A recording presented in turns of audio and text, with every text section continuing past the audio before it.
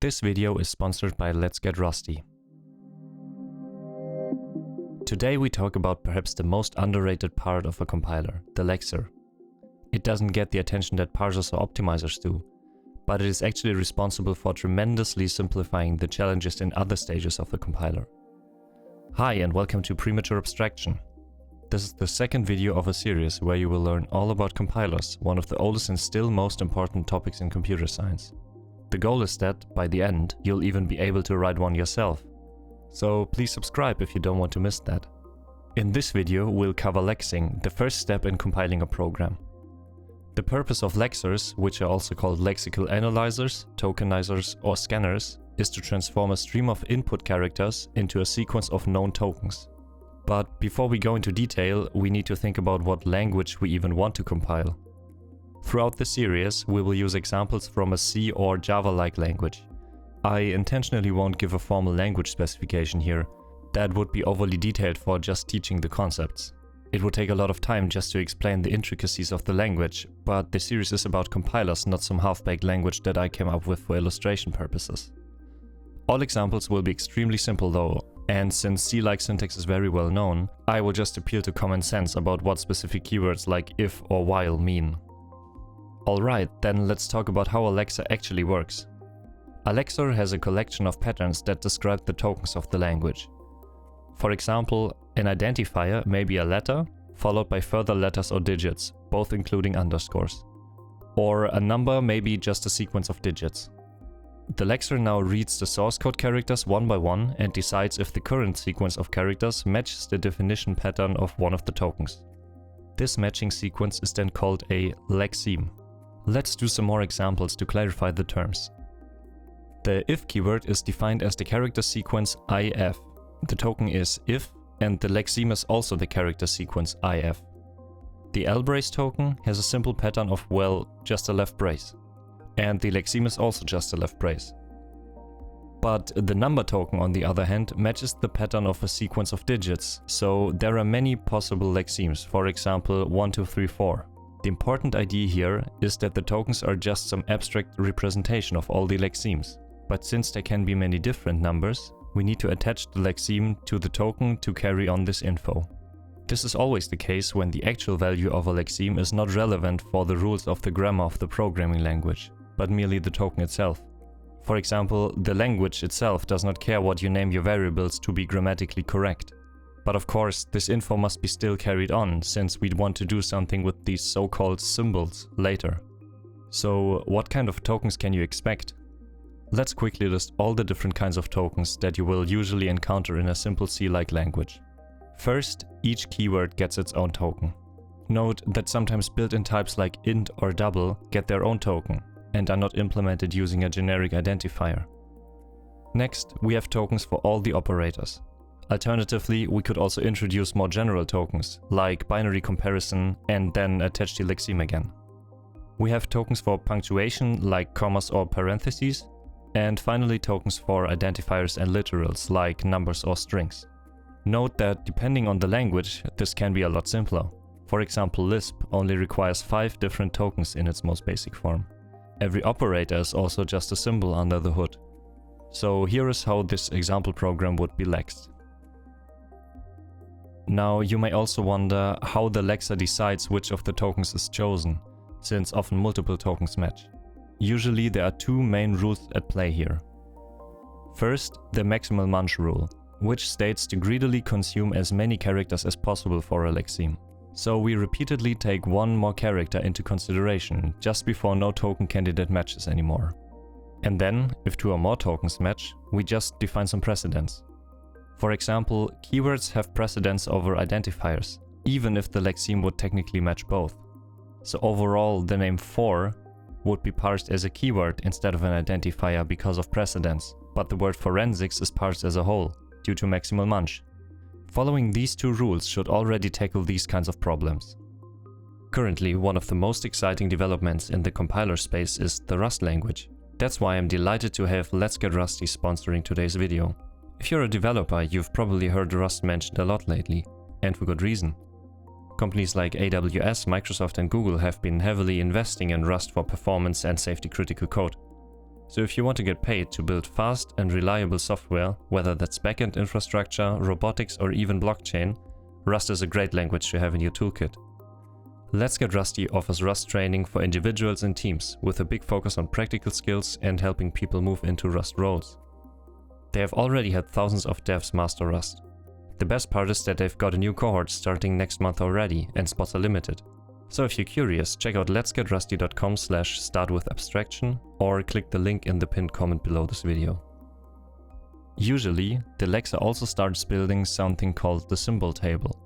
The idea is that instead of storing the lexeme for each identifier every time it appears in the source code, we can just store it once in the symbol table and then only reference it. This may be a negligible optimization nowadays, but later stages of the compiler need this table anyways, so we may as well start building it here. Of course, when talking about lexing, it is inevitable to talk about whitespace. Since the pattern for a token usually does not include whitespace, the Lexer automatically gets rid of it. At this point, it may be important to mention that there are programming languages where whitespace has a syntactic meaning, for example Python. Here, the Lexer adds an actual indent token when the indentation increases, and a dedent token when it decreases. Also, since semicolons are optional in Python, the new line tokens are meaningful as well. On the other end of the spectrum are languages where whitespace is not required to separate some lexemes. There is a horrible example from Fortran 77, or even Fortran 90 with fixed format, where spaces are entirely ignored. For example, the beginning of the statement here should be read as the identifier do5i according to the language specification. However, if the point is exchanged with a comma, the meaning changes completely, as the do should be recognized as a keyword, and the whole thing becomes a do statement. So this innocent sounding feature of ignoring whitespace makes the Lexer a lot harder to write, as intricate look-ahead logic is needed. Furthermore, the lexing stage is a good opportunity to remove comments as well, as we don't need to account for that in the grammar. The Lexer is also well suited to handle encodings or unnormalized new lines. Some languages also make the use of semicolons optional, like Go, JavaScript or Kotlin. Here, the Lexer can either remove or insert them from the input stream, depending on what the grammar of the language specifies. Also, an essential task of the Lexer is to attach the source code location for each token, because later when the parser notices syntax errors, the compiler must be able to tell where in the source code this error is located. But the Lexer can already detect some problems in the code as well, instead of just naively producing one token after another. For example, the sequence toName does not match any of the tokens, so it can exit and display an error message immediately. The Lexer can also detect when a literal does not align with the definitions, for example a floating point number that has 2 dots, or a string where the terminating quotes are missing. Now, let's talk about how one would implement a Lexer. Generally, it should be possible to implement the logic as described earlier in a few hundred lines of code, namely a big loop that processes one character at a time and matches the different token patterns. You should just know that you will probably need at least one character of lookahead to distinguish operators like smaller and smaller equals. Depending on what language you want to compile, even more lookahead may be necessary. However, there is another approach. When I mentioned patterns, you may already have thought about regular expressions. And indeed, it is actually possible to define all tokens using regular expressions. Then, we can convert those into non-deterministic finite automata, such as this one for identifiers. This whole process can be formalized and is automated by tools like Lex or Antler. But many prefer to not go the regex route, as coding everything freely gives, for example, the opportunity for better error handling. Now, we'll get into a section which I will call Lexer Nightmares. When writing a Lexer, there are common ambiguities that you may encounter, and depending on the choices of the language designers, they may be quite challenging to lex correctly. We already mentioned operators that are made of the same characters as other operators, and the problem with keywords and identifiers. There are actually languages like C#, which let you escape keywords. So even though class is a keyword, you can use it as a variable name by putting an @ symbol in front of it. You will also encounter ambiguities with the minus sign, as it can be parsed as a unary or binary operator, or belong to a negative number literal. Lexers also handle string escapes, and can detect issues if an escape sequence is invalid. Also, a dot is always used in floating point numbers, but often also as a field access operator. There are even languages which allow this operator on integer literals. For example, in Kotlin you can do this. Also Ruby and Swift allow this, to name a few examples. This feature can, for example, be used to elegantly create duration objects with a given time unit. So it definitely has its uses. But of course it can be hard to parse that. Some languages allow 0.1 and 1 point as valid floats, but Kotlin does not allow the latter anymore because of that. On top of that comes the possibility to have spaces in between. Some languages also have a double dot operator for ranges, which could also be parsed as two floats. In Rust there are raw strings, where you can choose how many hash symbols you want to escape.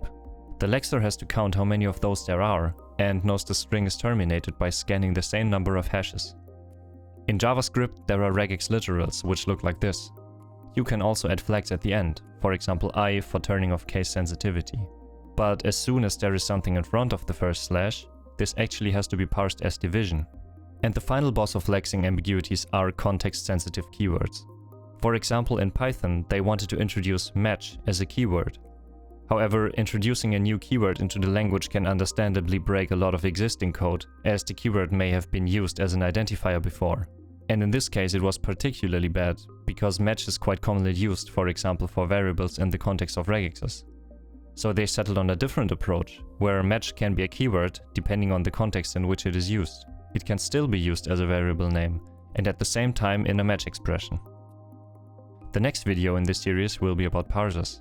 But at this point you may wonder, is it maybe possible to skip the parser and instead do the whole syntactical analysis in the Lexer using regexes?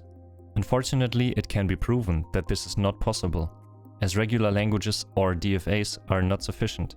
For example, matching nested parentheses is not regular, and regexes alone therefore cannot handle arbitrary nesting. The same goes for HTML and XML, causing this famous Stack Overflow post from 2009. Okay, so we definitely need a parser. So then why do we have a separate Lexer? The reason is mostly a design choice. It is unnecessarily complicated to incorporate all the rules of whitespace and comments into a parser's grammar. It gets considerably easier if these are removed and the parser gets tokens instead of characters. And the runtime is improved a lot by this. One more thing, I just launched a Patreon. So if you want to support this series and help me make more videos like this, the link is in the description. And that's lexing. It quietly does a ton of heavy lifting, so the rest of the compiler doesn't have to worry about messy text. In the next episode we'll feed our tokens into a parser and start building real structure from the input stream. So if you haven't yet, hit subscribe and I will see you there. This has been Premature Abstraction. Thank you for watching.